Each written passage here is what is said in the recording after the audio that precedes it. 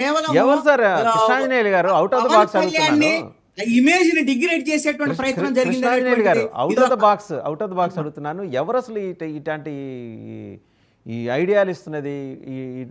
ఏమాత్రం ప్రయోజనం లేని నిష్ప్రయోజకరమైన ఐడియాలు ఏమన్నా మళ్ళీ ప్రశాంత్ కిషోర్ ఏమన్నా ఇస్తున్నాడా? మన ఢిల్లీ వెళ్ళి వచ్చాడు కదా, అప్పుడు ఏమన్నా ఈ ర్యాంకు లిస్ట్ ఆయన తయారు చేసి ఇచ్చాడు ఈయనకి? నారా లోకేష్ చెప్పారండి. ఏం చెప్పారు? ఆ ప్రశాంత్ కిషోర్ ను కలిసింది ఈ ప్రభుత్వం పనితీరు ఎలా ఉంది, మేము అసెస్మెంట్ గురించి మరి అక్కడ మేము లింక్ మాట్లాడుతున్నాం. చేయండి అసెస్మెంట్ దాని ప్రకారంగా ఏమన్నా అసెస్మెంట్ ఇదిగో ఇప్పుడు ఈయన అడిగింది ఏంది? నా ఇమేజ్ ని పెంచడానికి, ఇమేజ్ బిల్డప్ కోసం ఒక ప్రయత్నం అండి ఇది. ఒకటి నారా లోకేష్ ఇమేజ్ బిల్డప్ చేయడానికి ఏమేం చేయొచ్చు అనేటువంటి దాని మీద ప్రశాంత్ కిషోర్ దగ్గర సలహాలు అడిగారు. నారా లోకేష్ ఇమేజ్ బిల్డప్ చేసుకోవచ్చు, తప్పేం లేదు. కానీ ఈయన ఇమేజ్ బిల్డప్ చేసుకోవడానికి పవన్ కళ్యాణ్ ఇమేజ్ ని అవసరం ఏముందండి? డిగ్రేడ్ చేసేటటువంటి అవసరం ఏముంది? మీ ఇమేజ్ ని బిల్డప్ చేసుకోండి, దానికోసం ఖర్చు చేయండి. ఇప్పుడు ప్రశాంత్ కిషోర్ కి దీంట్లో ఎక్స్పర్ట్ అండి. ఇప్పుడు నరేంద్ర మోడీ లాంటి వాడిని మేము గుజరాత్ లో మంచి అద్భుతాలు సృష్టించాడు, గుజరాత్ లాంటి అద్భుతం ఇక్కడ భారతదేశం మొత్తం జరిగిద్ది అని నరేంద్ర మోడీ ఇమేజ్ ని బిల్డప్ చేసినటువంటి వాడు ప్రశాంత్ కిషోర్ 2014లో. కాబట్టి ఆ విధంగా నారా లోకేష్ ఇమేజ్ ను కూడా డెవలప్ చేసుకోవడానికి ప్రశాంత్ కిషోర్ ఇది రివర్స్ అయింది. ఇది ఈ ప్రయోగం వికటించిందని మాత్రం చెప్పొచ్చు. వివేక్ బాబు గారు, కృష్ణాంజనేయులు గారు హ్యాస్ కనెక్టెడ్ ద డాట్స్, చుక్కలు కలిపారు. రెస్ట్ మీరు చెప్పండి. అంటే ర్యాంకింగ్ విషయంలో మెయిన్గా ఇచ్చింది పనితీరును అని కాదు, కానీ అధికారులకు అలాగే ప్రజలకు మధ్య మంత్రిత్వ శాఖ పేషీకి సంబంధించిన వర్క్ ఫ్లో, అంటే ఫైళ్ళ క్లియరెన్స్కి సంబంధించిన ర్యాంకింగ్. అది పనితీరును బట్టి కాదు. ఇప్పుడు మనకు ఒక సమస్య వచ్చింది, క్యాబినెట్లో ఒక నిర్ణయం తీసుకున్నాం. ఆ నిర్ణయానికి సంబంధించిన క్యాబినెట్ నిర్ణయాన్ని ఎంత ఎఫెక్టివ్గా, ఎంత షార్ట్ టర్మ్లో ఆయా శాఖలకు, మంత్రిత్వ శాఖకు సంబంధించిన పేషీ క్లియర్ చేసింది, లేకపోతే ప్రజల నుంచి వచ్చే వినతులకు, లేకపోతే ప్రజలకు మనం ఇచ్చిన అంశాలకు సంబంధించిన క్లియరెన్స్ ఎంత త్వరగా, రోడ్స్కి సంబంధించి కావచ్చు, మిగతా అంశాలు. ఇప్పుడు మా అధినేతకు సంబంధించినది ఫారెస్ట్ డిపార్ట్మెంట్ పర్ సపోజ్, దాంట్లో 346 ఖాళీలుగా ఉన్నాయి.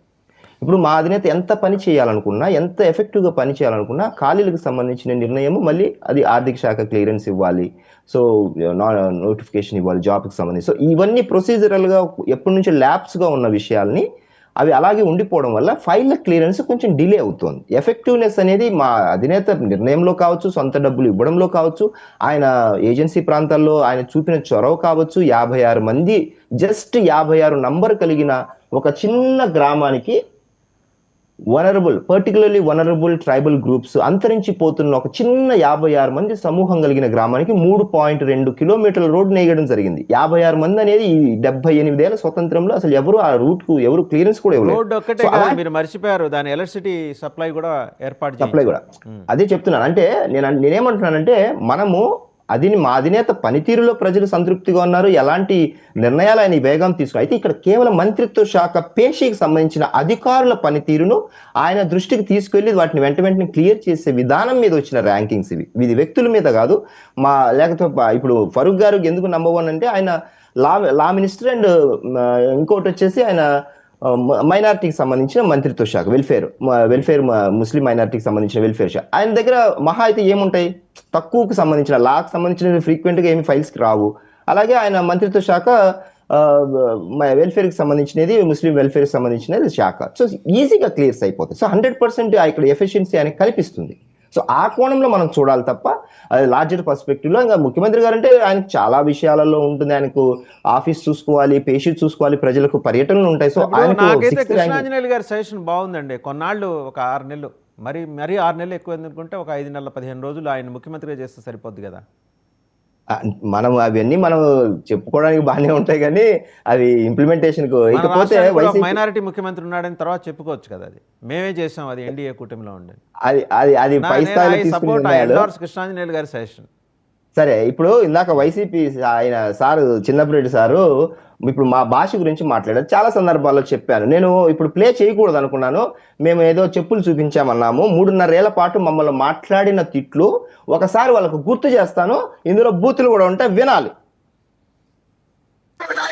నువ్వు మాట్లాడే మాటలు తప్పి చేసే పనులు ఒక నైతికమైన సంతనాలు ఉంటాను నా కొడుకు.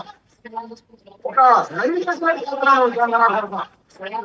మామూలు బూతులు కూడా కాదవి. వీరి రౌడీలు కూడా సైతం అంతటి మాటలు మాట్లాడరో నాకు తెలియదు. మీ అమ్మ మూడీ చెప్తాను సన్నబి చెప్తానని వచ్చి మీ ఇద్దరు ముఖ్యాలు కలిసి నన్ను అడుగుతారా? మా బొచ్చు పేకాలి నువ్వు వచ్చి. మామూలు బూతులు కూడా కాదవి. వీరి రౌడీలు కూడా సైతం అంతటి మాటలు మాట్లాడరో నాకు తెలియదు. చేతులకి గాజులతో కూర్చున్న వాళ్ళు మీరు.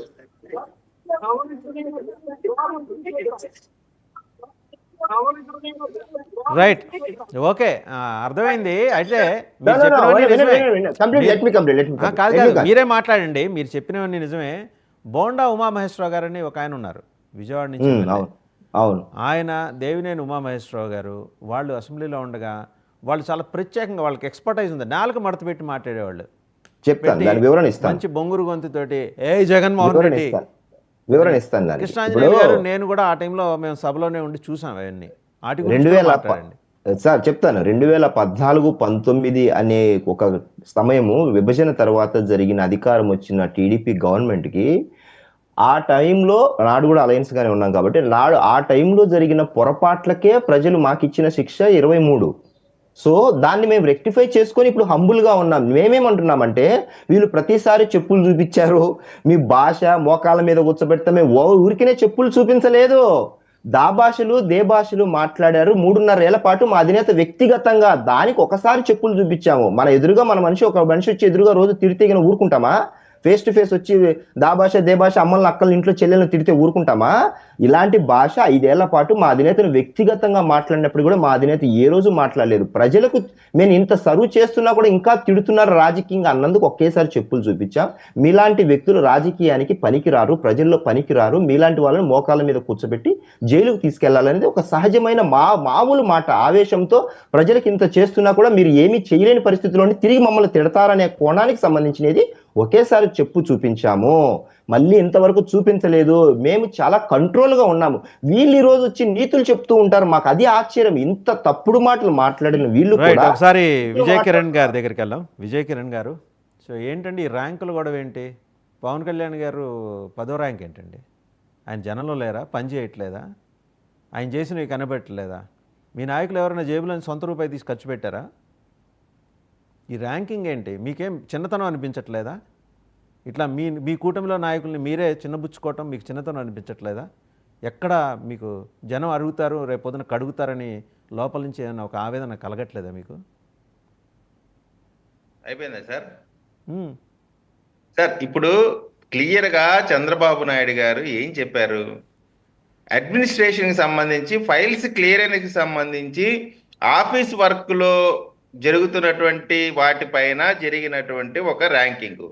ఇక్కడ మనం గమనించాల్సింది ఏంటంటే, అసలు ఎవరెవరు ఏం పని చేస్తున్నారు, ఫైల్స్ క్లియరెన్స్ ఎలా ఉన్నాయి, అడ్మినిస్ట్రేషన్ ఎలా ఉంది, ప్రజలకు సంబంధించిన విషయాలు ముందుకు వెళ్తున్నాయా లేదా అనే సమీక్ష జరుగుతుంది. అంటే ప్రజల యొక్క శ్రేయస్సుని అనలైజ్ చేస్తున్నారు, ప్రజల యొక్క ఇష్యూస్ని ఎంత త్వరగా క్లియర్ చేస్తున్నారు, అడ్మినిస్ట్రేషన్ ఏ విధంగా జరుగుతుంది అనేటువంటిది ఇది అద్భుతమైన పరిపాలనకి ఒక నిదర్శనం.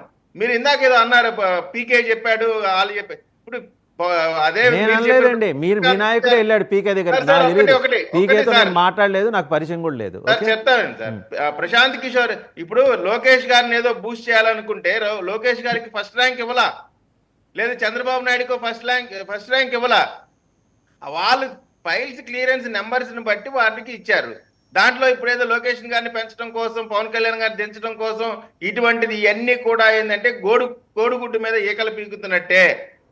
దీన్ని కేవలం ఒక అడ్మినిస్ట్రేటివ్ ప్రాసెస్ లో జరుగుతున్నటువంటి రెక్టిఫికేషన్ గా లేదా ఎనలైజేషన్ గా చూడాలి తప్ప, దీన్ని ఏదో వారి పనితీరు పూర్తిగా దీని మీద ఆధారపడి ఉంది, పవన్ కళ్యాణ్ గారు బాగా చేయట్లేదు, ఫరూక్ గారే నంబర్ 1, ఆయనే ముఖ్యమంత్రి చేయాలనేటువంటి ఏంటంటే మనం ఏదో జస్ట్ లైక్ దట్ లాగా మాట్లాడటం తప్ప దాంట్లో ఎటువంటి శాంటిటీ లేదు. ఖచ్చితంగా ఇది అయితే ర్యాంకుల ప్రకటనలో కూడా శాంక్టిటీ లేదంటారా? దాంట్లో శాంక్టిటీ లేనప్పుడు దీంట్లో కూడా శాంక్టిటీ ఉండకూడదు కదా?